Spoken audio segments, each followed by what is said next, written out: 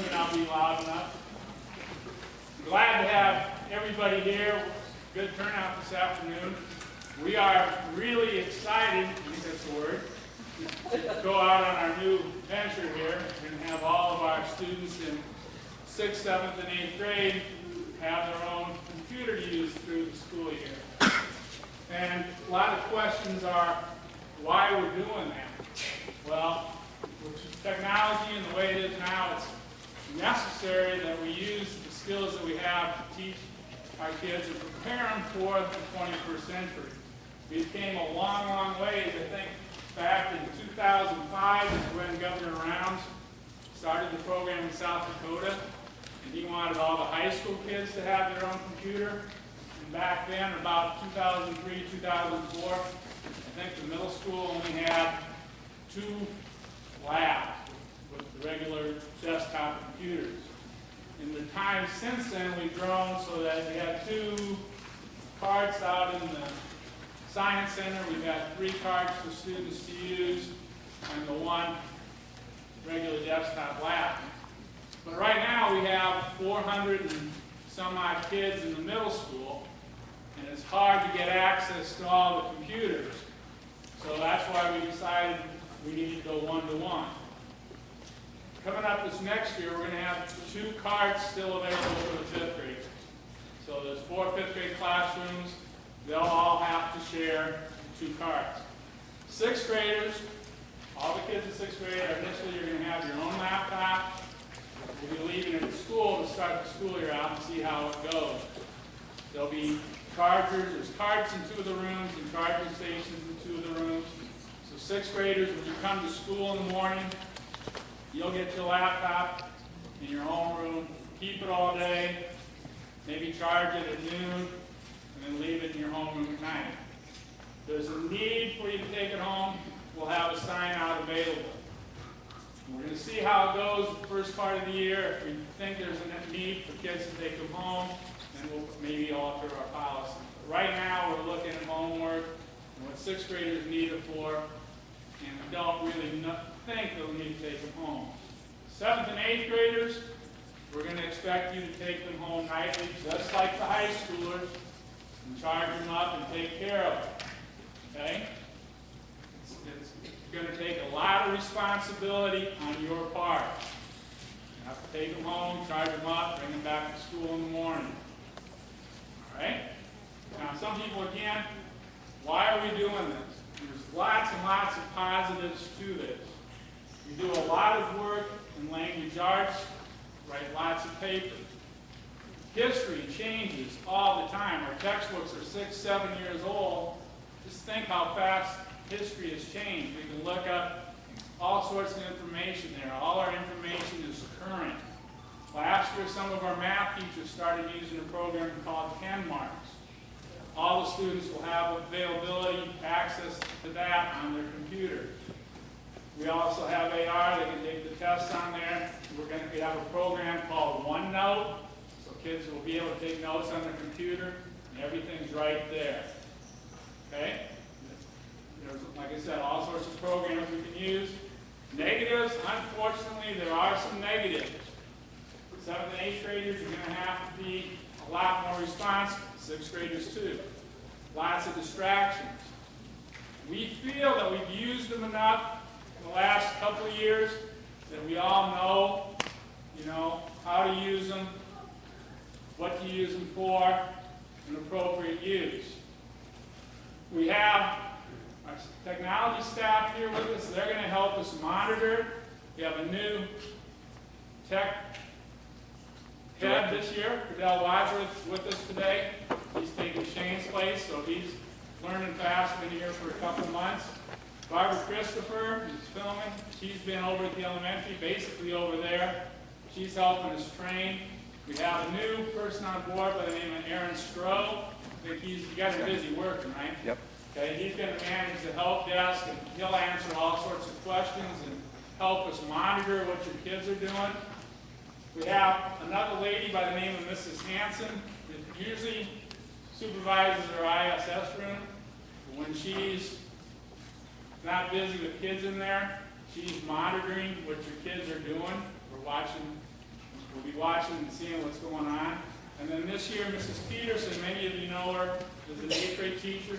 She's going to be helping us with the installation of the one-to-one initiative, helping watch what kids are doing, helping make sure they're using it appropriately. Like I said, students are going to be monitored all the time. When we give them the computer, we call it their computer, the student's computer, but it is the school's computer. It's like a textbook. We're letting them use the computer. It's still the school's property. Each kid will have a K-12 email account that they can use. And our technology staff has a program where they can see what the kids are doing. They can bring up any kid's screen and see what's going on in there. The state has people in Madison and here and all over that have access to your emails too. And they look for keywords. If the keyword would come through your email, they alert Fidel or somebody here and say, hey, you think something's going on in the email, you need to be aware of. If your child tries to email something improperly that has bad language or might try to email your username or password, boom, their account gets shut down right away. Then they send something to Fidel, and Fidel has to look into it, see what's going on, and maybe reinstate their email. Same thing with the internet. We have tons of filters and firewalls, and hopefully we won't catch everything, but we catch most of the things. So the number of sites your child can go to is pretty limited. We do our best trying and catch everything we can here at school. Kids can take their computers home. Now it becomes parents' responsibility to look after what they're doing on the computer. A lot of the filters and firewalls won't work at home. We can block sites at school that they may be able to get the things at home on. So it becomes parents' responsibility to be in charge. Okay? I stole a lot of this from Mr. Rasmussen, so he's done this at the high school, and it seems to have worked. He says, remember, you're still a parent, you're still in charge. If the kid is at home not using the computer what it's needed for, feel free to take it away from them. I also suggest when they bring the computer home, have them use it in public areas. Don't be sneaky and sly and go over someplace and say, oh, never mind what I'm doing, it's my computer. No, you're still in charge, it's the parent's computer. Oh boy, Facebook's one of my favorite things. Suggest you make your child a friend on Facebook so you can see what they're doing. Oftentimes they think it's not cool to have you as a friend, but what are they hiding? They're still only 6th, 7th, and 8th graders. You need to be able to see what's going on and monitor what they're doing the best you can. We know students will misuse the computer. We know they'll be distracted, try to find other things to do. That's why we have this program called Impero. During our academic help, the teachers will be able to see, look at Impero, and see what every kid's doing on their computer. Like I said, Fidel and Aaron, Kristen will be able to look, monitor what kids are doing. The hard part is, between the middle school and the high school, we're going to have about 600 kids on computers. So we'll do the best we can to make sure they're doing what they're supposed to be doing. But again, it relies a lot on the students to manage themselves. If they're on the computer, we expect it to have an educational purpose. They shouldn't be looking up stuff on ESPN to see how a baseball team's doing or a football team, or girls shouldn't be shopping for new shoes or whatever. They will have access to YouTube because a lot of educational videos are on YouTube. But again, the staff will be monitoring it to make sure that what they're looking at is appropriate. They shouldn't be able to get on Facebook at school or those websites. One thing is you guys get your computer. One good thing about this is you should have the same computer for the next 3 years. It's yours, so you can't blame somebody else for what happens to it. You take care of it, it's your responsibility, you get to keep it. 3 years from now, the way technology is going, Who knows what we'll be using? We may not have laptops anymore. Maybe some new technology that we've changed to. Students, when you're using your computer, we'll go through how to do this. But any problems you have, we'll have you report them right away. We'll show you where tech help is so you can request help. You can even do it when you're at home. If you're having problems at home, you can send in a ticket for help. Sometimes in the past, in the middle of the night, our tech guy has been up and he's been able to answer questions. I won't guarantee it'll happen, but when you submit it, they'll get to it quickly. One other thing, bound to happen, we hope not, if somebody's computer disappears, if it gets stolen, need to be reported right away. That way we can take care of it when we get to insurance and things like that. As soon as we know about it, we can start looking for it and have ways to track things down, let the police know. We can do our best to get it back. One of the things with email and students, you guys, parents, you're all aware of this. You get a lot of spam and people searching for emails, and we get the same thing at school. We try to catch everything with the filters, but every once in a while you'll get an email come through. They want your username, password, social security information like that. Nobody school-wise will ever do that. So students, if you see anything where it asks for your username, password, anything like that, don't give that information out. Okay? When you take them home again, just be careful what you're using them for. There are times when we will restrict your use. If you're in the wrong side, if you go to mishandle your computer, we will restrict your use. We can restrict the internet, not let you go to certain places, and that's going to affect how you can perform in school, what you can do. Teachers have websites you need to go to and you can't get there. Now we're going to have some problems. We always run into students who try to outsmart the system. They might try to download something or find a way around things. Then we have to come up with consequences for them. We want you to be responsible. Okay? Big thing to remember right here, and you'll hear this over and over and over again. When you put something on the internet, it may not ever go away. I'm sure your parents have heard stories about people posting things on Facebook. They stay out there. You might think they disappear, but they stay out there. Lots of employers will do Facebook searches and see what prospective clients, prospective people they're going to hire have done. If they see inappropriate things out there, it can affect your ability to get a job. Mr. Rasmussen talks about the Opportunity Scholarship. When you graduate from high school, you stay in state, you have a chance to get a lot of scholarships at the state schools. But if they do Facebook searches and find things that might incriminate you of something wrong, it's going to hurt your chances to get scholarships. Mr. Rasmussen had a good point here. He says, do the right thing, slow down before you put something out there on the internet. Make sure that it's something your grandma would be proud of if she knew. Whatever you post out there, know that there's many, many, many eyes looking at that. And you really want people to see what you're putting out there on the internet. Excuse me. Students, like I said earlier, expect no privacy.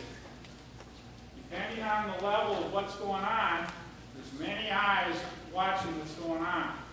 I told you earlier that there's people in Madison and with the State Department that watch what's going on. They watch the traffic. And for the past few years, we've had to involve the police and the DCI on some of the things that have happened on the computer. And we don't ever want to go there. We don't ever want to get that deep. There's a big difference between what you say, again, between threatening to blow up something or telling somebody they're ugly. So again, that becomes a difference of interventions. Is it the police that are involved? Is it the DCI? Is it the state? Or is it something that we handle locally?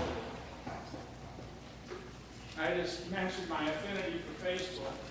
I think anymore, a lot of our bullying or harassment comes from cyberbullying. It's became such a faceless way to communicate, and it's easy for people to put things out there. You never have to look somebody in the face and say what they mean. And so we see a few more incidences of cyberbullying and harassment online. We don't want to have it reach this level again. We want students to use technology appropriately. Mr. Breed has probably told the students 100 times our definition of bullying. It's unwanted negative behavior. It is intentional, repeated behavior. And there's an imbalance in power when it comes to bullying. We do our best to try and monitor that. Sometimes we get calls that somebody is bullying another person. It might be some name calling. We look into it. Does the person tell them to stop? Are they calling them names back? Is it just a conflict? Or is it something that goes on and on and on? The person tells them to stop and continue with it.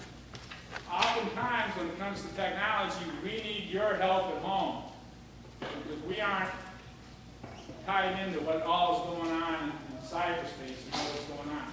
I've had many parents that have communicated with one another outside the school and say, hey, Johnny's been posting comments on Facebook about my son. I don't know for sure what's going on, but we need to nip that in the bud. And it helps if we have parental support. You guys are watching what's going on the computer. It helps a great deal as far as school goes. It's a lot harder for us to investigate and try to find out what's going on. Student-parent guidelines. 7th and 8th graders, like I said, you're going to be responsible for charging your computer every night. We look at a lot of you, you guys have your phones. We think, I bet, every one of you is responsible enough to take your phone home, get it charged. You don't forget that. So with the computers, the same thing. We expect you to be responsible and keep them charged up. This first year, all new computers, they should have good batteries in them. They should be all right. You'll be able to charge them up if you come to school and it's running low. Maybe in your classroom you can find a plug it in, and keep it going. We're hoping so. Second, third year, the battery life is not as good, and that's when we're going to have to make sure we really take them home, get them charged up. Like I said, if you can always find a plug-in in a classroom, plug it in. If you go to lunch, leave it in the teacher's classroom, plug it in to get recharged. There's lots of ways if your battery's going low, you keep it charged up. You will be given a sleeve and a bag, even the 6th graders.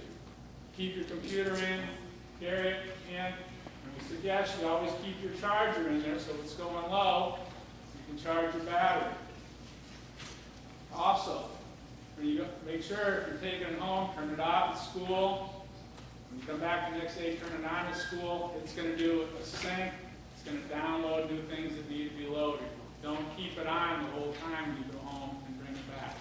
Always turn it on and get it synchronized. Okay? The big thing that we see is people shutting off their computers improperly. Lots of people kind of are patient. We just go and we push the shutdown button and let it go down. Every time we do that, it's going to kill the computer. Something's going to go wrong. We suggest you take time, do it properly, go to the shutdown switch, and then wait patiently for it to shut down before closing the screen and packing up to go home. Tech help, again, we'll have a room down here right where you came in, right around the corner is the high school guidance counselor's room. We'll have a tech help room down there. People can go down there if you need help. You can go down there and get help from Aaron. Will be in there, and hopefully we have another person, Mrs. Hanson, will be in there to help. Oftentimes, too, I'll show you online later where you can request assistance online by submitting a ticket. And like I said, sometimes Shane or Barbara might be on in the middle of the night and submit something, they answer you then. You never know. Okay? They're going to, when you submit a ticket, when you ask for help, they're going to prioritize it. They want to know, they'll take care of what's urgent first. Obviously, if it's a teacher presenting to a class and they're having problems, they'll go out and help the teacher first. Then if you're a student having problems printing, you need printed, they'll come to you. If it's somebody that just needs the color of their font changed, they might be down the line a little bit before they get their help. Okay? Can't open your files, there'll be somebody there to help that a little bit quicker also. Okay? When you came in today, each one of you should have received a the handbook and the yellow form. Okay? The handbook is our policy. I'm not going to go through it all and read it all for you. I'm going to highlight some of the things that, again, I probably already talked about. Just make sure that we're aware of. And the yellow form is the insurance form, where we can offer you insurance, you can have your own insurance, or you can decline the insurance. Before your child is able to take home a computer in 7th and 8th grade, we'll need the computer sheet back, and at the back of the manual, there is a sign-off sheet, pledge, that says they've read it and what they're going to do. And that's where the parent and the student need to sign off. Okay? In the handbook, I will remind you, mobile computers are intended for use at school every day. It's like a textbook. If you leave it at home, your parent has to run you the textbook and you do without. Your computer's the same thing. Okay? Along with instructional tasks, school messages, announcements, calendars, and schedules, all will be used using the mobile computer. You need to have it at school. Okay, I talked about the forms you needed. One big thing, at the end of every year, computers will be collected at the end of the year. Then they turn them in, we got them to the company that leases it to them, we get them refurbished, reloaded, all the repairs made so they're ready to go back again next year. And then next year you'll generally get the same computer back. Okay? Take care of your mobile computer. You are responsible for the general care of the mobile computer that you're issued. If they're broken or fail to work properly, you need to let the tech help desk know right away. We'll make sure everybody knows where that is. As soon as you have a problem of any sort, you let them know so we can take care of it urgently, no matter what the scope of the problem is. If it's just a key that came off, we can get that back on quickly. Don't prolong any problems. Big thing. All of the computers have been loaded with all of the programs that we want on there. They have, I think, Microsoft Word, Excel, everything you need that way. They'll have access to accelerated reading. They'll have access to 10 marks. Everything they need is loaded on there. You should never, ever try to load something yourself on there. You could easily damage what's on there, cause problems with it. If you put something on there and it messes up the computer, then it's going to be your responsibility to have it fixed. Okay? The computer is just for school and work-related purposes. It's not a replacement for a home computer. Like I said, they do have virus protection on there. Virus software will be upgraded throughout the year. And inspections, anytime we want to look at a computer, the tech help wants to look at a computer, see what you're doing, they have the right to do that. Once again, it's the school's property, like a textbook. We're lending it to you for you to use. The email that goes out, we'll see. Any place you're searching, we'll see. Any documents you have, we can see what they are. Really don't expect any privacy at all. And the teachers that work in the school are kind of the same way. We're using business computers, business emails. The state monitors us the same exact way. We don't have any privacy here at school. Okay? General precautions. You're responsible for keeping your computer charged. Big thing, no food or drink should be next to your computer while it's in use. Very easy to spill something on your computer to cause damage to it. Cords and cables, storage devices, be careful how you put them in. Don't jam them in, jam them out, be careful. Never carry your screen while the computer is open unless directed to do so by a teacher. Very rarely will they have you carry your computer someplace. Again, make sure they're shut down before you move them to preserve the battery life. Another big item, they should remain free of any writing, drawings, stickers, or labels that are not the property of the Dakota Valley School District. You cannot decorate your computer. Lots of you might have your phones and computers at home and you have stickers and everything on them. We don't decorate them. They're the school's property. They all have a little tag on them, a little label that identifies your computer. That's the only marking they should have on them. Okay? And also, never leave them in a car or non-supervised area. Don't leave them someplace where they could get stolen. And again, with the heat and the cold of the winters, you never want to leave them in a car when it's 110 degrees outside or when it's 30 below out. You don't know what damage you'll do to the computer if you leave it out in the vehicle. Okay? Screens. Our staff talked about this morning. I met with the middle school teachers. We talked about taking care of the screens and wiping them down, things like that. Be careful what you use. If you need your screen cleaned, maybe go to Tech Help. So use a special solution on the screen so it doesn't damage it. Make sure you're not poking at things with pens and pencils. Just be careful with how you handle the screen. Obviously, the high schools use laptops for many, many years. What we hear when it comes to damage is the biggest damage usually is to the hinge. Kids are you take them and move the open and shut them by the hinge, twist the shins, the strings, lean on them, so the hinge gets damaged. That's probably the number one damage that we've seen to them. Now I lost it. Excuse me.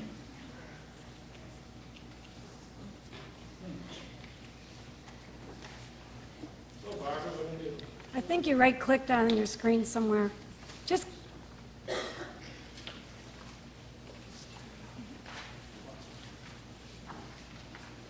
That's something I shouldn't have. Excuse me.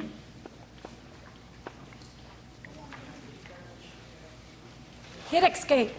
What's that? Hit escape.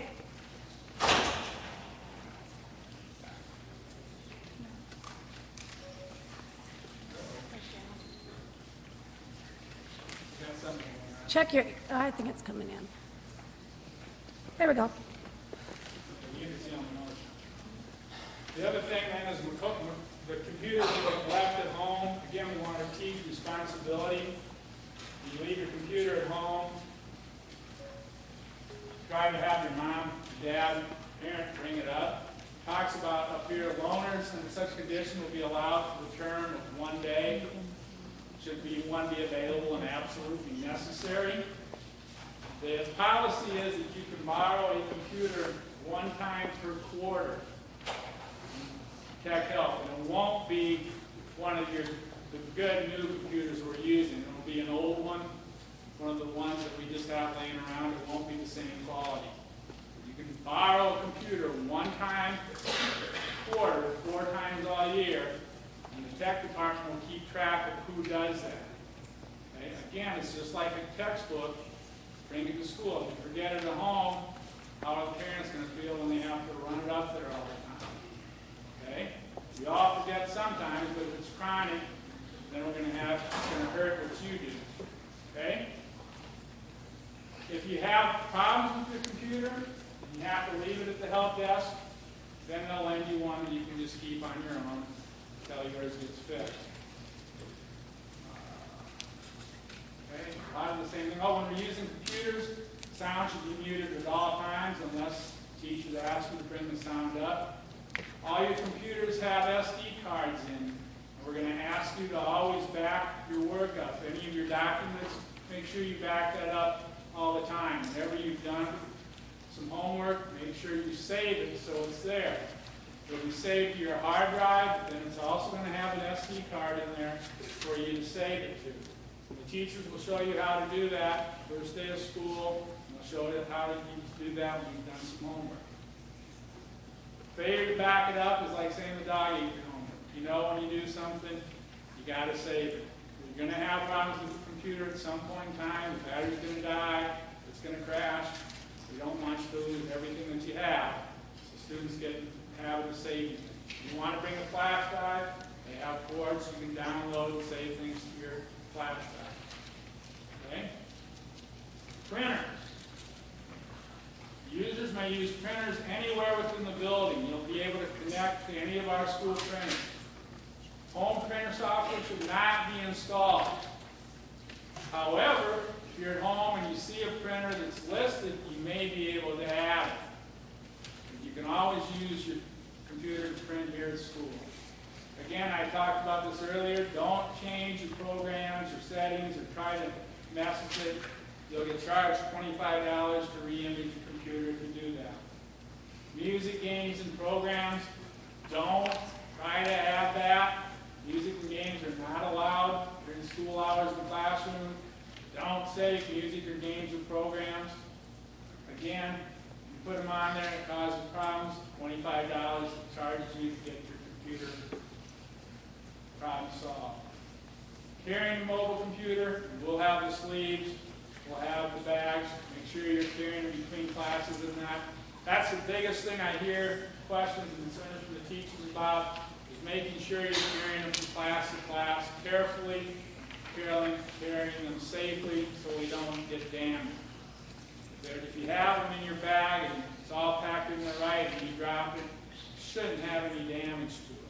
If you're carrying it loose and it gets knocked out of your hand, I'm pretty sure you'll have quite a bit of damage to your computer. Okay? A mobile computer must be turned off before placing in the case. We talked about that 100 times.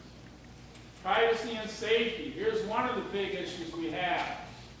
Only open, use, or change computer files that belong to you. Never review your full name, phone number, any of that. Never give anybody else your password. Kind of like locker combinations. Don't give it to anybody else.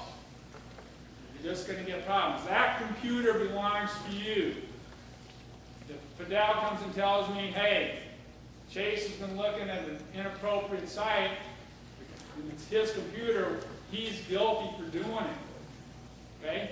You don't tell me, hey, I let Ryan look at it. No, what happens on your computer is your responsibility. I've told kids, and teachers have told kids 100 times, if you get up and need to leave your computer, lock it so nobody else can get on it. I wish every kid was perfectly honest and trustworthy. If you leave your computer on and you leave your email up, somebody might come up and hurry up and send an email. It's not very nice. And it comes back as being from you. Avoid that problem. Every time you leave, lock your computer. Don't give your password to anybody else. Okay? Big thing, again, if you're searching and you accidentally come across a website that you shouldn't be at, if it has obscene or pornographic materials, like I said, sometimes that slides by us. Let the teacher know right away. We'll let the tech department know right away, and they'll get that site blocked. Legal concerns, we do have to respect trademark and copyright laws. Plagiarism, that'll be a big one. When it comes to 6th, 7th, and 8th grade research papers, lots of people like to do their research and cut and paste and type things in. We'll teach you how to reword things and how to cite things that you get off the internet. You can't just plagiarize and put things in and use it as your own. The teachers have a program that's called Turnitin. When you write research papers, they can just drop your paper in there and they'll come back and tell how much of it, what you've done has been copied. You don't want to get there. Okay? Again, Mr. Rasmussen told me he's had several people that have tried to hack into the system. If you try that, you're going to get into big trouble again with the state or the federal government for trying to hack. Just don't use it for what it's intended to do. Okay? Online communication. We talked about email. We hope that students will consider email to be your business email. At home, you might have Yahoo or Gmail or AOL.com that you use as personal email and you communicate that way, or chat on Facebook. But your school email is your business email. Always use appropriate language. If you use inappropriate language, the state is going to shut down your email. Sometimes, I've been shut down once for using a word in totally different context. It didn't even hit me that I put it in there, and all of a sudden Shane got an email and my account has been shut down. What did I do? So it picks up on any type of inappropriate language there is. Okay? No profane language, obscene language. Mr. Rasmus he's told me once that they even picked up, a couple of years ago, they picked up on some language in an email related to a fight and thought there might be a fight going on someplace off campus and just wanted us to be aware of it. So the people up in Madison have thousands of accounts to monitor, but they still look for key words and will pick up on things and let us know about it. Big thing again, school email. Don't send mass emails, chain letters, or spam. So don't go on and send an email to 60 of your friends saying, welcome back to school. That's just going to jam the system up. We want to use it for business. Email your teachers questions, things like that. Always maintain high integrity with regard to your email communication. Okay? If you don't want your teacher or parent to see what you put in an email, then don't say it. Or use your home email. Right? This is your business email. No private chatting during class without permission. Most of the time in your classroom, the teachers aren't going to be watching. They're going to be instructing you, going over the lesson. That's their primary job. But once again, Barbara, Aaron, Fidel, Kristen, Mrs. Peterson might be watching, and if you're doing something while the teacher's instructing, they can use Impero to shut down your computer and tell you you need to be paying attention. Again, don't expect any privacy. It's school's equipment, they can do that to you. Okay? And our personal email accounts, they are black. We talked about being responsible for your computer. Everything's confidential. And it's common for people to be looking at screens all the time. Parents, note this is also what you send to the student may be seen to others. So if you send a student an email on the school email, there's a chance that somebody might see what you're saying. So be careful what you're communicating. Password protection. We expect you to lock your computer, but after a certain amount of time away, they will lock themselves. But I would always, if I'm leaving, make sure I lock it. Okay? Big thing.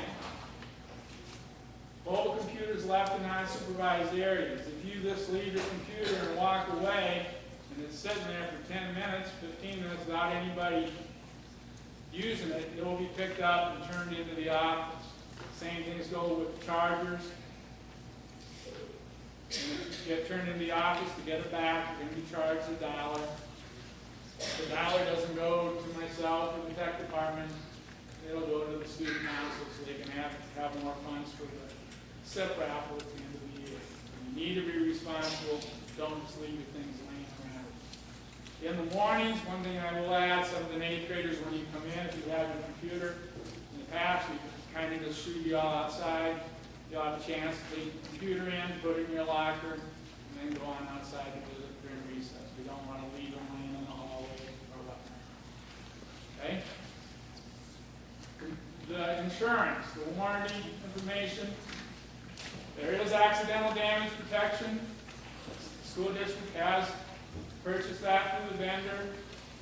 It's there against accidental damage such as liquid spills, accidental drops, power surges, natural disasters. This does not provide for damage caused by fire, theft, loss, misuse, or intentional damage. The computer vendor will assess the mobile computer damage, repair, replace the machine at no cost. The damage is determined to be accidental and frequent within the guidelines. School district protection. We have a protection plan available. That's on your sheet for users and parents to cover the computer. It's $25 annually per person with a maximum of $50 for the family. Okay? It includes a $200 charge for each claim that the computers are worth what? About $800, $900 a piece? So if you had to have the whole thing replaced, that's what you're looking at. Or you can, it says parents may wish to carry your own personal insurance to protect your mobile computer in case of theft and whatnot. It's kind of your choice. I listened to Mr. Rasmussen talk. He doesn't make any recommendations one way or the other. It's something you get to decide as a family what you want to do. Okay? And again, all insurance claims must be reported to the office right away. My office or to the tech help. Users or parents must file a police or fire report, bring that to the office before a mobile computer can be repaired and placed within the school district protection.